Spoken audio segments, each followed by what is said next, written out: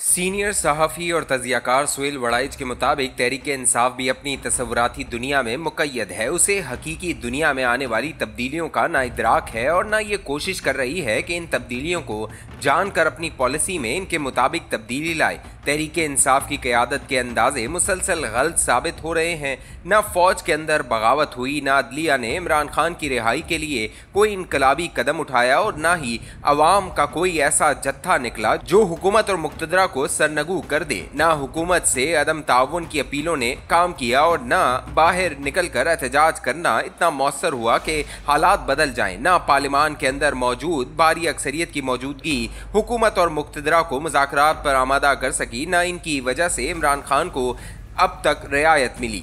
Overseas पाकिस्तानियों की भरपूर अक्सरियती हिमायत के बावजूद दुनिया के किसी दारुल-हुकूमत ने अभी तक मुक़्तदरा या इस्लामाबाद पर इतना दबाव भी नहीं डाला कि वो किसी गैर मुल्की सिफारतकार ही से मिल सकें। याद रखें कि जब नवाज शरीफ कैद हुए थे तो बरतानिया ने दबाव डालकर जनरल मुशर्रफ को मजबूर किया था कि MP चौधरी सरवर को नवाज शरीफ से जेल में मिलवाया जाए और यूं ये मुलाकात मुमकिन हो गई थी। अभी तक तहरीक-ए-इंसाफ के हक में सिवाय चंद अदालती फैसलों के कोई मौज़ा रनुमा नहीं हुआ और अगर आईनी तरमीम मंजूर हो गई तो तहरीक-ए-इंसाफ की अदालती ऐवानों से उम्मीदें भी टूट जाएंगी। तहरीक-ए-इंसाफ अपनी तसव्वुराती दुनिया से निकलकर हकाइक की दुनिया में क्यों नहीं आती? सियासी जमातों से मुज़ाकरात क्यों नहीं करती? महमूद अचकज़ई को बाइख्तियार क्यों नहीं बनाती? IMF का पैकेज मंजूर होने के बाद तहरीक-ए-इंसाफ की आंखें खुल जानी चाहिए कि लंबी और पुरअमन सियासी जद्दोजहद के सिवा इसके पास कोई रास्ता नहीं। जितनी जल्द इस रास्ते पर चल पड़े इतना ही बेहतर है।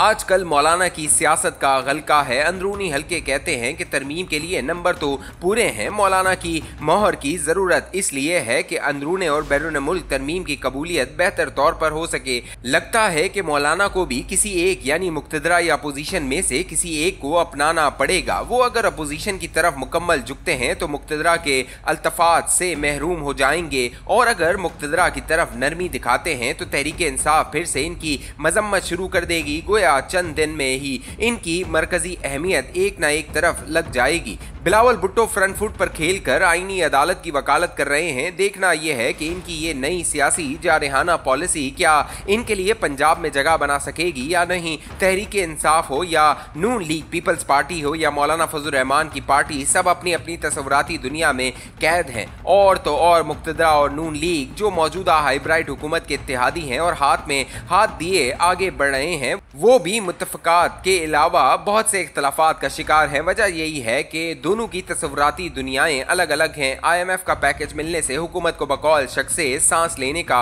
मौका मिल गया है। हुकूमती निज़ाम चल पड़ा है मगर तरक्याती खर्चात के लिए अब भी कोई पैसा नहीं है। इसलिए हुकूमत ना कोई बड़ा रिलीफ दे सकती है, ना अरकान असम्बली को बजट देकर खुश कर सकती है। दूसरी तरफ शहबाज हुकूमत से दो शिकायत अभी तक गर्दिश में है। पहली शिकायत यह है कि डिलीवरी नहीं हो रही और दूसरी ये कि शहबाज हुकूमत ना सियासत पर बोलती है ना सियासत करती है और ना इसकी सियासी हिमायत से मुक़्तदरा को कोई मदद मिल रही है। वफाकी वज़रा रहम फैसले में आने वाली रुकावटों का जिक्र करके डिलीवरी न होने का जवाब पेश कर देते हैं। वज़ीर आज़म के एक साथी ने नौकरशाही की पेचीदगियों को डिलीवर न होने की असल जड़ करार दिया। बज़ाहिर इन दोनों खराबियों के ठीक होने का फौरी इम्कान भी नहीं। दूसरी तरफ मुक़्तदरा के पास शहबाज शरीफ से बेहतर फिलहाल कोई चॉइस भी नहीं, इसलिए ये निज़ाम इसी तरह चलेगा। निज़ाम के चौकरियां भरने का फिलहाल दूर दूर तक कोई इम्कान नहीं। केचुए की रफ्तार से कुछ ज्यादा, बस हुकूमत इस्तिताअत से ज्यादा लदे हुए टट्टू की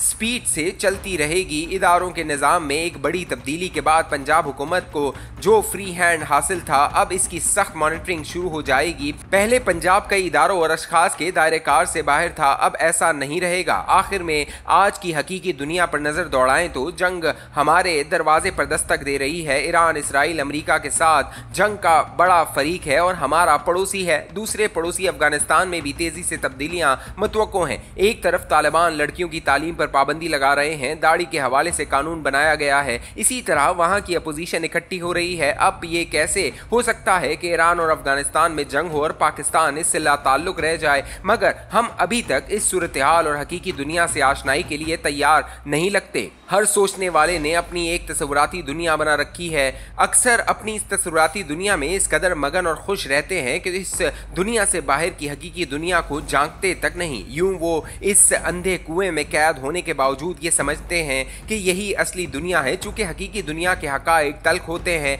जो नजरियात पर ज़र्ब लगाते हैं, ख्यालात को झंझोड़ते हैं, दिलो दिमाग को तकलीफ देते हैं, और वो जो कुछ आपने उम्र भर सोचकर जहन में पुख्ता कर रखा होता है इसे गलत करार देते हैं। इसलिए हम सब हकीकी दुनिया से नजरें चुरा कर अपने सुकून की दुनिया में रहना चाहते हैं। याद रखिए कि हर तरक्की न करने वाली कौम का यही शेवा रहा है कि वो अपनी तस्वुराती दुनिया में कैद रहती है। इस तस्वुराती दुनिया में बाहर से ताज़ा हवा भी अंदर आए तो इसे नागवार गुजरती है। ब्रटन रसल और आज के फ़लसफ़र और साइंसदानों ने मुस्लिम और ईसाई दुनिया के जिन अदवार को तारीख दौर करार दिया था, ये वही ज़माने थे जिनमें ताज़ा अफकार और नए ख्यालात पेश करने वाले को बागी, गद्दार या काफिर करार देकर इसे या हुकूमत सजा दे देती थी या फिर चर्च या मुफ्तियान कराम इसके खिलाफ फतवे दे देते थे, वगरना फिर अंधे कुएं में बसने वाला मुआशरा इस पर पत्थर उठा लेता था। गलीलियो को ईसाई दुनिया की मजहबी इंतहा पसंदी का सामना करना पड़ा तो इब्ने रशीद को इस्लामी दुनिया की इंतहा पसंदी रास न आई। ये सिलसिला मजहब, साइंस या माशरती रवैयों तक महदूद नहीं,